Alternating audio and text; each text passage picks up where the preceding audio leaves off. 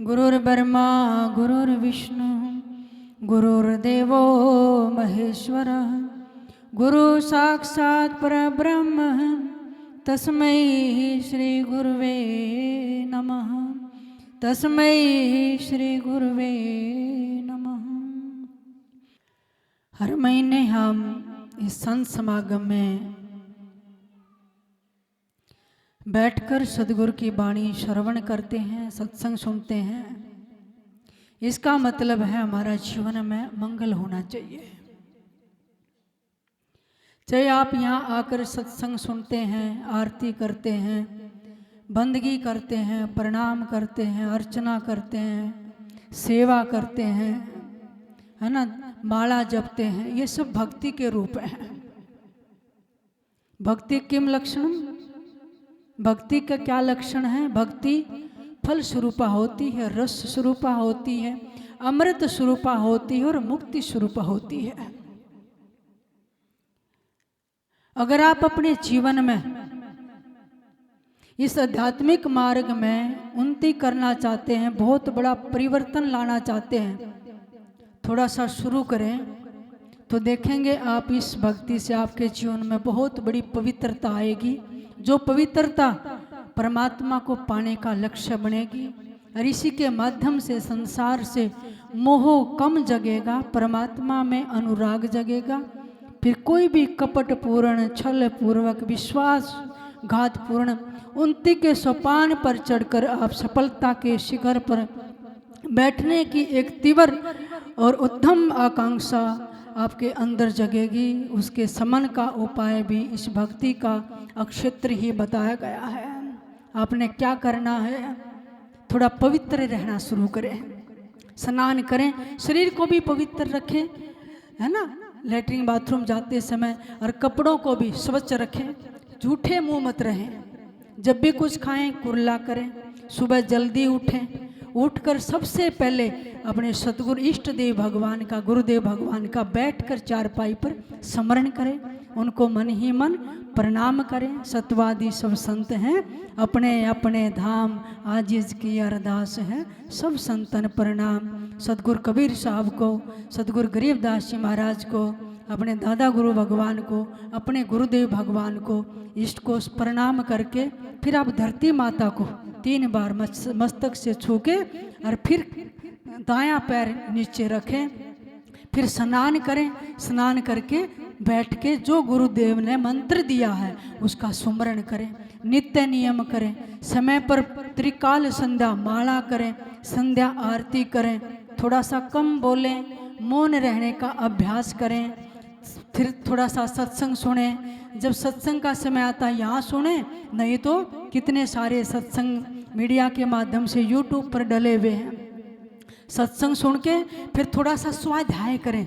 आप सबके घर में सतगुरु ग्रंथ साहब है, या रतन सागर है, गीता है, या भागवत है, रामायण है, जो भी हमारे संतों के आध्यात्मिक ग्रंथ हैं उनका एक पाठ करें। नहीं आता दूसरे से सुन ले, भी मेरे को थोड़ा सुना दे। बैठकर कुछ नहीं आता, कीर्तन करें। जहाँ बैठकर कीर्तन करोगे वहाँ के परमाणु बदलने लग जाएंगे। और फिर तो माला लेकर सुमरण करें, थोड़ा श्वास में बैठ के करके करे, सीधा बैठ के नाम का, और फिर सेवा करें। सुमरण के साथ सेवा रखना ताकि अहंकार ना हो। यहाँ भी सेवा करें आगे, और फिर नाम की साधना करें। ये सारे साधन आपको समाधि तक ले जाएंगे। सच मानिए, ये जो मैंने आचार विचार बताया, 1 महीना आपने कर लिया, आपको देवता जैसा महसूस होगा कि मेरा जीवन एक देवतुल्य होगा। करके देखना, और ऐसे लगेगा जैसे भीतर से प्रकाश मुखरित हो रहा है और मैं परमात्मा के नजदीक जा रहा हूं। तो मैंने क्या बताया? 5 सकार: सत्संग, स्वाध्याय, सुमरण, सेवा, साधना। ये 5 सकार अपने जीवन में अपना लो, तो आप देखना आपकी समाधि की तरफ उन्नति तो अपने आप होने लग जाएगी। इसलिए तो परीक्षित ने सुखदेव भगवान से पूछा, भागवत में श्लोक आता है, किस मैले मन को साफ करके भगवान के चरणों में कैसे लगाएं, पद्धति बताओ। तो सुखदेव मुनि जी क्या कहते हैं? परीक्षित जी को। जित आसनो जित श्वासो जित संगो जितेंद्रिय है, स्थूले भगवते रूपे मन संधारियेत दिया। कहते हैं इस मैले मन को पवित्र करने के लिए, चंचलता हटा के स्थिर करने के लिए जित आसनो, पहले आसन को जीतो। अगर आपने ध्यान करना, साधना करनी, भक्ति करनी है, एक आसन पर बैठना शुरू करो, आसन को जीतो, बार बार बदलो मत, कभी नोन कभी नोन, कभी उल्टे कभी सीधे, चाहे सुखासन हो, सिद्धासन हो, पद्म आसन हो, गोमुख आसन हो, सीधा बैठना शुरू कर दो पालती में। क्योंकि तन थिर मन थिर वचन थिर सुरत निरत थिर होए, शरीर स्थिर नहीं होगा तो मन स्थिर नहीं होगा। क्योंकि जैसे ही आप भक्ति करने लगते, माला जपते, पूजा पाठ करते, सबकी क्या शिकायत है, मन नहीं टिकता, मन नहीं लगता, ना नाम में, ना माला में, ना पूजा पाठ में, उड़ा उड़ा रहता। आसन को जीतो। महापुरुषों की शोधी भी ये वाणियाँ हैं, जित आसनो, आसन को जीतो। सीधे बैठो, कमर सीधी रहे, ऐसे झुक कर नहीं बैठना, विचार आएंगे अगर लटक के बैठोगे। मेरुदंड को सीधा करते ही आपके कमलों पर असर पड़ेगा। और जब भी बैठो उत्तर या पूर्व की तरफ मुंह करके बैठो, जो पॉजिटिव दिशा है। जित श्वास हो, श्वास को जीतो। श्वास जीतने का मतलब ऐसा नहीं अपने श्वास को रोकना है, रोकना नहीं है, प्राणायाम करो। थोड़ा सा भस्त्री का श्वास लिया, छोड़ दिया, थोड़ा कपाल भाती, श्वास छोड़ना, थोड़ा अनुलोम विलोम, है ना, भ्रामरी, ये प्राणायाम करो तो आप क्या होगा, आपकी श्वास की गति सूक्ष्म होगी, धीमी होगी, शांत होगी।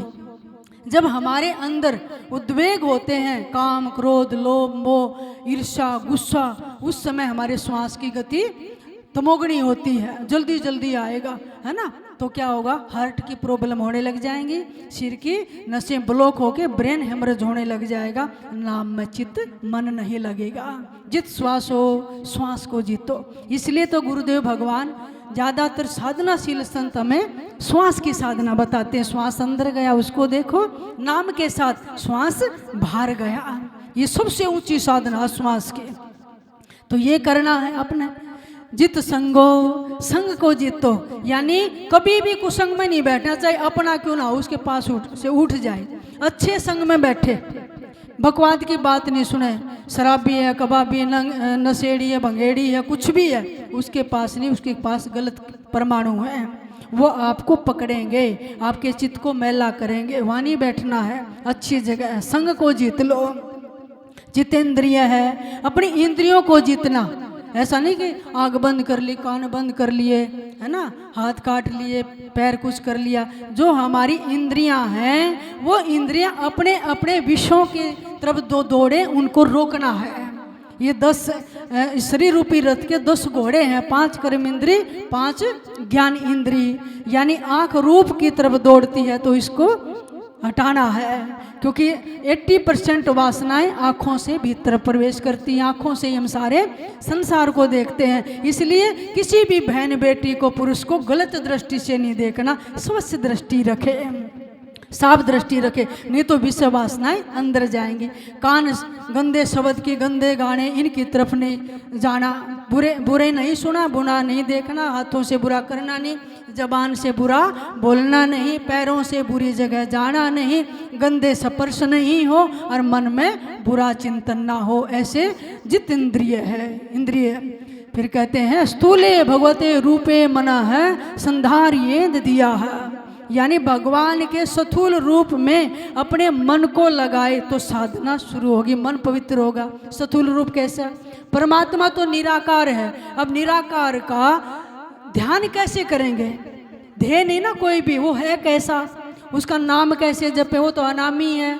रूप का ध्यान कैसे करें? निराकार है। गुरु हमने स्थूल रूप दे देते हैं, किसका दिया? कबीर साहब का दे दिया, गरीबदास जी का दे दिया।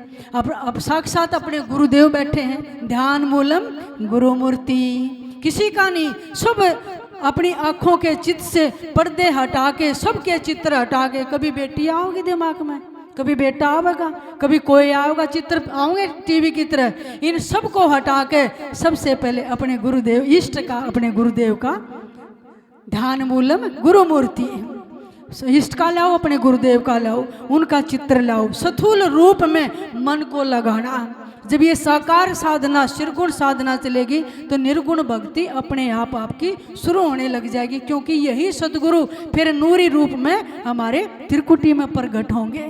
यही गुरुदेव सदगुरु के रूप में शब्द रूप में त्रिकुटी में प्रकट होंगे, इसलिए उनकी शंका का निवारण किया। तो सबसे पहले आपने अच्छा संग, क्योंकि संतों का सो संग है। वो कहते हैं गरीब कस्तूरी नाम कबीर है, बिन छेड़े में कंत, आदि अंत की कहत हो पटतर कोई न संत। सदगुरु कबीर साहब जैसे संतों का संग, उनका नाम कस्तूरी जैसा है। कस्तूरी कहाँ होती है? मृग की नाभि में, और उसमें जब वो पक जाती है, नाफा पक जाता है, उसमें से खुशबू आने लग जाती है। अब हिरण सोचता है मेरे को बाहर से आ रही है, वो सूंघता है और कंटिन्यू मस्त होने लग जाता, बैठ जाता है। जब कोई शिकारी कोई भी व्यक्ति उसके पास जाएगा तो उसको भी दूर से खुशबू आएगी। हिरण देर नहीं रहा, लेकिन कस्तूरी पक चुकी है तो दूसरे को भी आएगी। बिन छेड़े में कंद, छेड़ी नहीं है, बस ऊँट डूंडा पट रहा मकार का, इतनी बढ़िया होगी। ऐसे ही संतों के पास जाओगे, जो परमात्मा की खुशबू है वो कस्तूरी की तरह हमें महसूस होने लग जाएगी। बिन छेड़े कुछ नहीं करना, आपने जाकर बैठना है। इनके सत्संग में सानिध्य में अपने आप भगवत की परमात्मा की अनुभूति होने लग जाती, खुशबू आने लग जाती है। हाँ, और जब हमारे ये कमल जग जाए उस समय भी खुशबू आनी शुरू हो जाती है, और जगने को हो तो भी खुशबू आती है। तो इसलिए आपने ये भक्ति करनी है। गरीबदास महाराज फरमाते हैं, भाई मूल बात बताते हैं साधना की। गरीब ज्ञान ध्यान दो सार हैं, तीजे तत् अनूप, चौथे मन लाग्या रहे सो भूपन सिर भूप।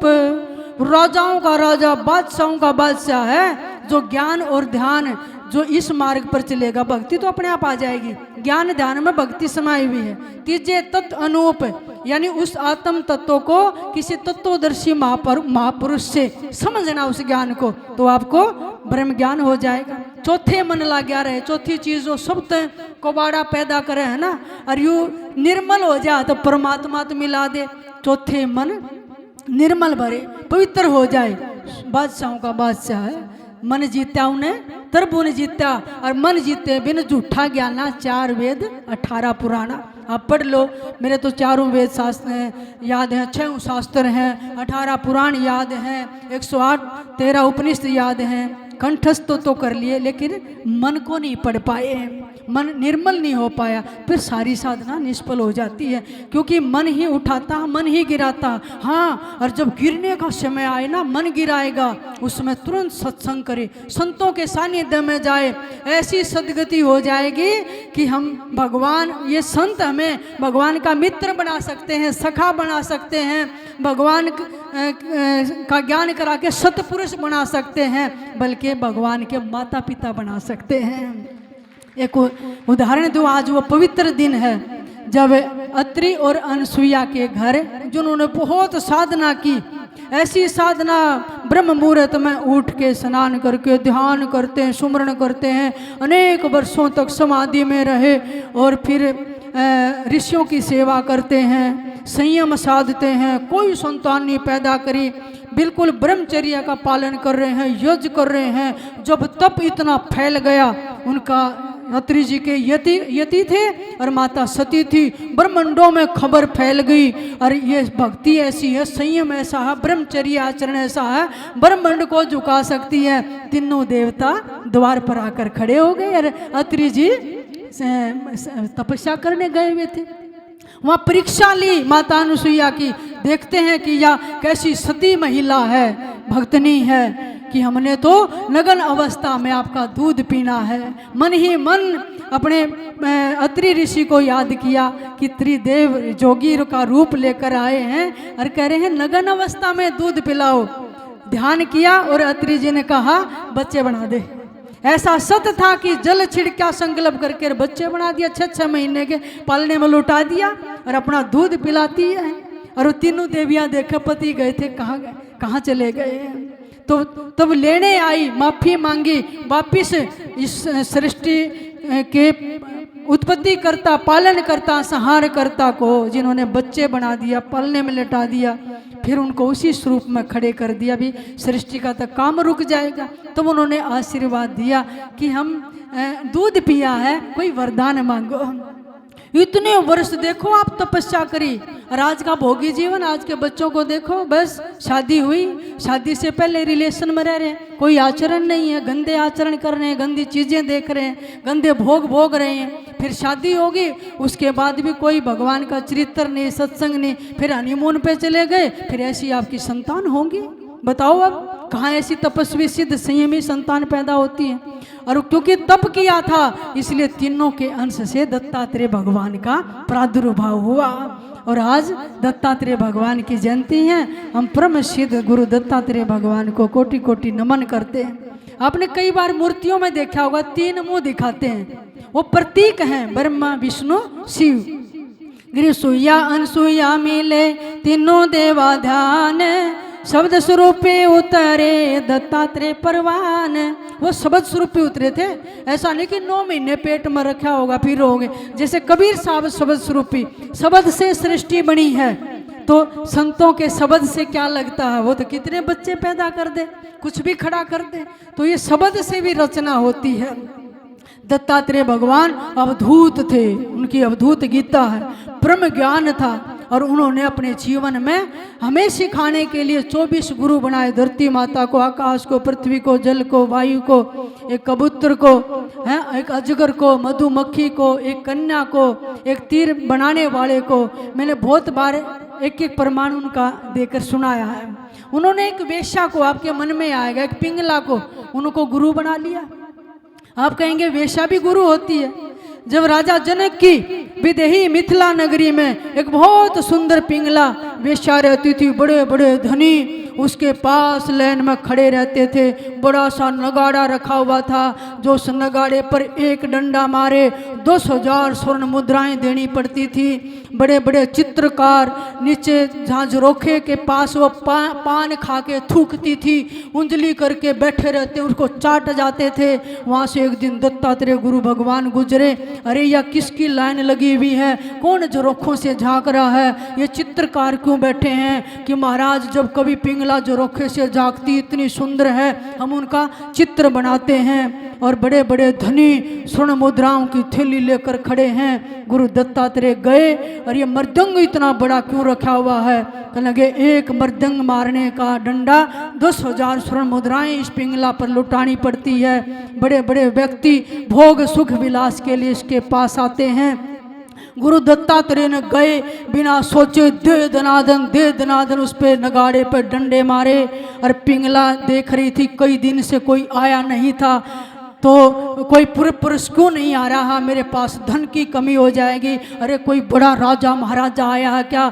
आरती की थाली लाओ। शिष्य के सामने गई, अपना श्रृंगार किया, मृदंग वाले, बांसुरी वाले, तबले वाले बैठाए कि आज बड़ा सुंदर गान करूंगी, नाच करूंगी, जो इतने नगाड़े पर दे धनाधन डंडे मारे हैं। लेकिन पिंगला ने सजी हुई बाहर दरवाजे से आकर देखा, एक नंग धड़ंग फकीर खड़ा हुआ है। अरे कौन है तू? तेरी हिम्मत कैसे होगी नगाड़े पर इतने मारने की? तेरे पास क्या है? एक नगाड़े पर डंडा मारने का 10,000 स्वर्ण मुद्राएं हैं। उन्होंने कहा बोल पिंगला तेरे को क्या चाहिए? कहने लगे तू मुझे क्या देगा, तू खुद ही भिखारी है, लंगोटी पहनने के लिए नहीं है, तेरी औकात कैसी मेरे द्वार पर आने की? उसने कहा तेरे को मुद्राएं चाहिए। गुरु दत्तात्रेय ने आसमान में हाथ उठाया, चुटकी बजाई और आसमान से स्वर्ण मोहरों की वर्षा शुरू कर दी। किसी का खोपड़ा फूटा, किसी का मुंह फूटा, इतनी मोहरें बरस गई। वो तो हैरान होगी पिंगला, अरे ये तो कोई बहुत बड़ा अंतर्यामी सतपुरुष भगवान लगता है। समझ गई महिमा को। इतने दिन से किसी पुरुष का इंतजार कर रही थी। लोगों के पास अगर सुख होता तो मेरे पास क्यों आते? अगर वो तृप्त होते तो तृप्ति के लिए मेरे पास क्यों आते? भोगों में सुख नहीं है। महाराज आप ठहरिए। उस विदेही नगरी में राजा जनक की किसी के घर जाकर झाड़ू पोछा लगाने लगी, श्रृंगार उतार दिया और फिर कहा मुझे 10 रुपये दे दो। कहा तू तो इतनी धनी है? कहने लगी वो पाप की कमाई है सारी, मैंने खुद अपनी कमाई करनी है। झाड़ू पोछा करके 10 रुपये लिए, नाई की दुकान पर गई, सफ़ेद साड़ी खरीदी, बाल कटवाए और आकर वापिस गुरु दत्तात्रेय के चरणों में झुककर कहने लगी, अब मुझे अपना लो, मेरे कल्याण का रास्ता बताओ, मैं पवित्र रास्ते पर, परमार्थ के रास्ते पर चलना चाहती हूँ। सारा समय मैंने बर्बाद कर दिया। गुरु दत्तात्रेय ने उनको नाम दीक्षा दे दी और अपने साथ लेकर चलने लगे। मिथिला नगरी में लोगों ने निंदा शुरू कर दी, अरे बाबा जी महिला को, पिंगला वेश्या को लेकर भाग गए। लोगों ने पत्थर बरसाए, चौबारे पर खड़े होकर पिंगला घायल हो गई और जब मरण आसन थी तो उन्होंने कहा, गुरु दत्तात्रेय ने, बेटी ये जगत है, ना तुझे जीने देगा ना मुझे जीना देगा, या तो तू मेरे में समा जा या मैं तेरे में समा जाऊं। हाथ जोड़कर पिंगला ने चरण पकड़कर अपने गुरुदेव से कहा, गुरुदेव इस जगत में आपने बहुत बड़े काम करने हैं, उद्धार का रास्ता दिखाना है और मैंने तो बहुत बुरा जीवन दिया था, अब सदगुरु मिल गए हैं, अब मैं ही आप में समा जाती हूँ और आप मेरे में नहीं। गुरु दत्तात्रेय ने सिर पर हाथ रखा, पिंगला के ज्योति निकली और गुरुदेव के चरणों में समा गई। और जाते जाते गुरुदेव ने कहा, पिंगला इस संसार को कोई संदेश देना हो तो बेटी जाती जाती कह जा। तो उस पिंगला ने कहा, आशा ही परम दुखम निराश परम सुखम यथा सन्निध कांता सा सुखम सुसाय पिंगला। उन्होंने कहा, आशा ही परम दुख है, निराशा ही परम सुख है। मैंने पर पुरुषों की आशा छोड़ दी है और मैंने उस परम परमात्मा का आपके चरणों में इस पिंगला ने अनुभव किया है। इसलिए जगत में बेटा बेटी वस्तु पति पत्नी किसी से आशा मत रखो, आशा एक राम जी से दूजी आशा छोड़ दे, नाता एक राम जी से दूजा नाता तोड़ दे। मैंने गुरुदेव आपसे नाता जोड़ लिया, जगत से नाता तोड़ दिया। प्यारी आत्माओं, भले ही सारे जगत के रिश्ते मिल जाएं, सदगुरु का रिश्ता टूट जाए तो कुछ नहीं मिला आपको, और सदगुरु का रिश्ता मिल गया, सब रिश्ते छूट जाएं तो सब कुछ आपको मिल गया है। क्योंकि गुरु ही माता हैं, गुरु ही पिता हैं, ये सदा सदा के लिए हमारा रिश्ता निभाने के लिए तैयार हैं। जो परमात्मा के लिए अपने को कुर्बान कर देता है, जैसे मीरा ने रिझाया, धरू ने, प्रहलाद ने, बुल्ला शाह ने, धन्ना जाट ने, इन्होंने केवल अपने सदगुरुओं की भक्ति करके साधना की और जगत कुछ भी कहता रहे, उन्होंने यार को रिझा लिया। और बड़ा सुंदर गाया बुल्ला शाह ने, रब सजदे करदा है जिनानो नच नच यार मिलाया, रब सजदे करदा है जिनानो नच नच यार मनाया, जग पानी भरदा है जिनानो नच नच यार मनाया, जग पानी भरदा है जिनानो नच नच यार मनाया। बुल्ला शाह ने यार मनाया पैरी घुंघरा पाके, मीराबाई ने यार मनाया अपना आप लुटा के, मीराबाई ने यार रुभाया गिरधर के गुण गा के, रब सजदे करदा है जिनानो नच नच यार मनाया, जग पानी भरदा है जिनानो नच नच यार मनाया। रूपा भगत ने यार मनाया जंगल दे विच जाके, प्रहलाद भगत ने यार मनाया हरि दा नाम जपा के, रब सजदे करदा है जिनानो नच नच यार मनाया, जग पानी भरदा है जिनानो नच नच यार मनाया।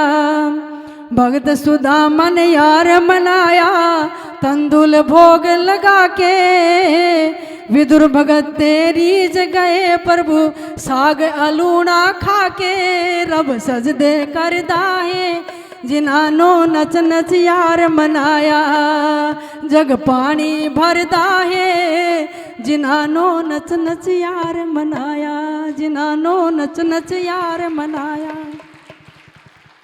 शायद समय भी काफ़ी हो गया, अब तो भीतर से नाचना है, अपनी इंद्रियों को नचाना है। तू संसार के लिए बहुत नाच ली, अब प्रभु के लिए नाच। ये सारी इंद्रियां बस तू चरणों के चक्कर ही काटती रहे। नाम जपना, सत्संग सुनना है, स्वाध्याय करना। 5 सकार बताए ना, ये 5 सकार आपको बहुत परमात्मा के पास पहुंचा देंगे। और ये सद्गुरुओं की सानिध्य में, शरण में ही मिल सकते हैं, उस परमात्मा को रिझा सकते हैं। समय काफ़ी हो गया, मैं आप सबका बहुत बहुत धन्यवाद करती हूँ।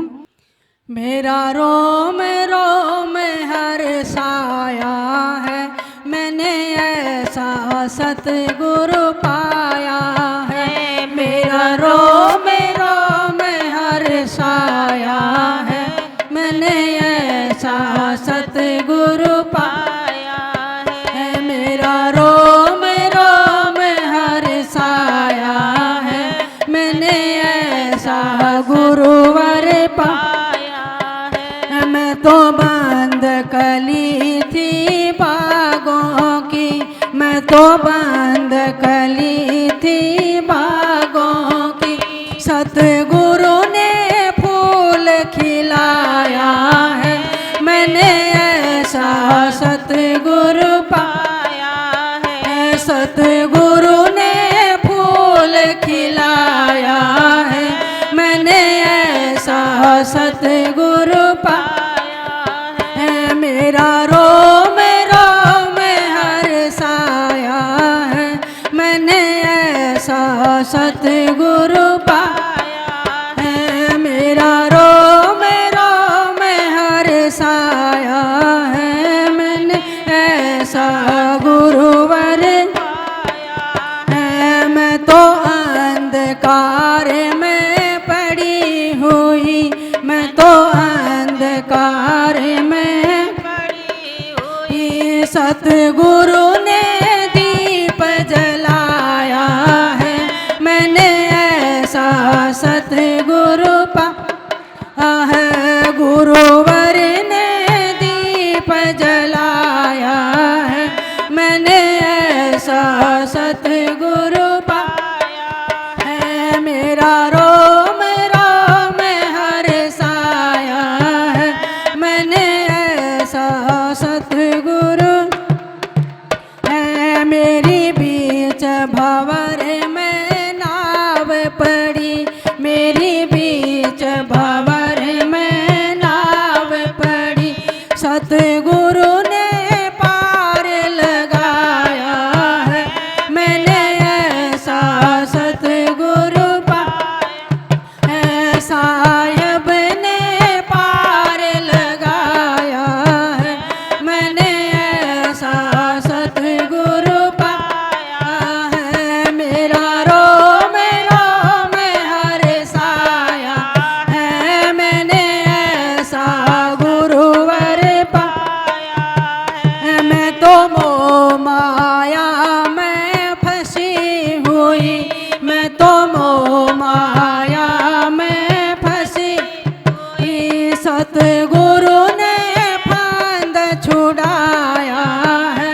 मैंने ऐसा सतगुरु पाया है। साहिब ने फांद छुड़ाया है, मैंने ऐसा सतगुरु पाया है। मेरा रोम रोम हर साया है, मैंने ऐसा सतगुरु पाया है। मुझे दुनिया ताने मार रही, मुझे दुनिया ताने मार रही, सतगुरु ने गले लगाया है। मैंने ऐसा साहिब पाया है। सतगुरु ने गले लगाया है, मैंने ऐसा सतगुरु पाया है। मेरा रोम रोम हर साया है, मैंने ऐसा सतगुरु पाया है। मेरा रोम रोम हर साया है, मैंने ऐसा गुरुवर पाया है। मैं तो बंद कली थी